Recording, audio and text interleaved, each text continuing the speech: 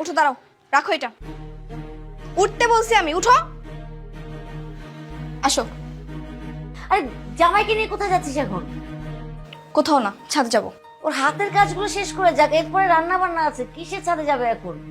হাসান আর কোনো কাজ করবে না, তুমি লতাকে ডেকে সব কাজ করাও। আরে আপনি খান। এই, তোমার কি লজ্জা শরম বলতে কিছু নাই? হ্যাঁ, তুমি কেমন মানুষ বলো তো? কি বলতেছো এসব? আমি কি এমন খারাপ করলাম? তোমার কি চোখ নাই? তুমি কি দেখো না অপরিচিত একটা মহিলা বাসার মধ্যে আসছে, তুমি তার সামনে ঝাড়ু দিতেছো, ফ্লোর মুছতেছো, সব কি? তো কি এমন খারাপ করেছি বলো? আর রুমটা অপরিষ্কার ছিল, তাই ভাবলাম পরিষ্কার করে দিই। তাই বলে তুমি এসব করবা? তুমি এবারে জামাই হয়ে চাকরের মতো বিহেভিয়ার করতেছো। দেখো নীলা, তুমি কিন্তু আমাকে অপমান করতেছো। অপমান? তোমার কি আবার মান সম্মান আছে যে তোমাকে অপমান করব? কে বলেছে আমার সম্মান নেই? আমি বলছি, রাস্তায় একটা রিকশাওয়ালার তোমার চেয়ে বেশি মান সম্মান আছে। সে কষ্ট করে উপার্জন নিয়ে বউ নিয়ে থাকে, তোমার মতো ঘর জামাই থাকে না। তো আমি কাজ করতেছি না?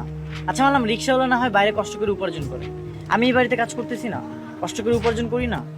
উফ, তোমাকে বোঝানোর মতো ক্ষমতা আমার নাই, যা ইচ্ছা তাই করো।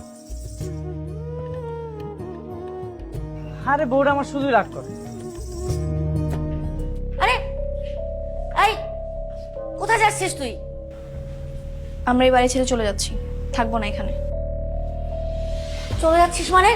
তোর ভালোর জন্য আমি ঘর জামাই আনলাম, আর তুই ঘর ছেড়ে জামাই নিয়ে চলে যাচ্ছিস? হ্যাঁ, যাচ্ছি, কারণ যেখানে আমার স্বামীর কোনো সম্মান নেই সেখানে আমি আর থাকবো না। থাকবো না মানে কি? আর এখন হুট করে তোরা যাবি বা কোথায়? যেখানে ইচ্ছে সেখানে যাবো, কিন্তু তোমাদের সঙ্গে আর থাকবো না। ও, তা থাকবে কেন? বুঝতে পেরেছি, সব এই হাসানের পরিকল্পনা। বাহ হাসান বাহ, 7টা দিন হলো না তুমি এখন আমার মেয়েকে পটিয়ে পাঠিয়ে নিজের বাড়িতে নিয়ে যাচ্ছ? না মা, নীলা চাচ্ছে তো তাই। চুপ থাকো তুমি, আমাকে বলতে দাও। শোনো বাবা, আমি এরকম জীবন কখনো আশা করিনি। আমি সবসময় চেয়েছি আমার একটা আলাদা সংসার হবে, কিন্তু তোমরা যা করছো এতে আমার স্বামীকে নিয়ে এখানে থাকা আমার পক্ষে সম্ভব না। ঠিক আছে, যাবি যা, কোনো সমস্যা নেই।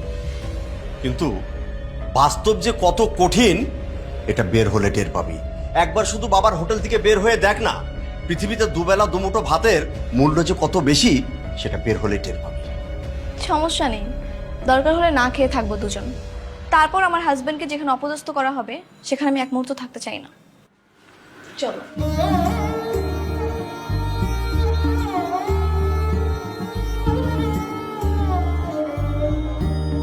এই ওরা তো সত্যি সত্যি চলে যাচ্ছে। ঠিক আছে, যাচ্ছে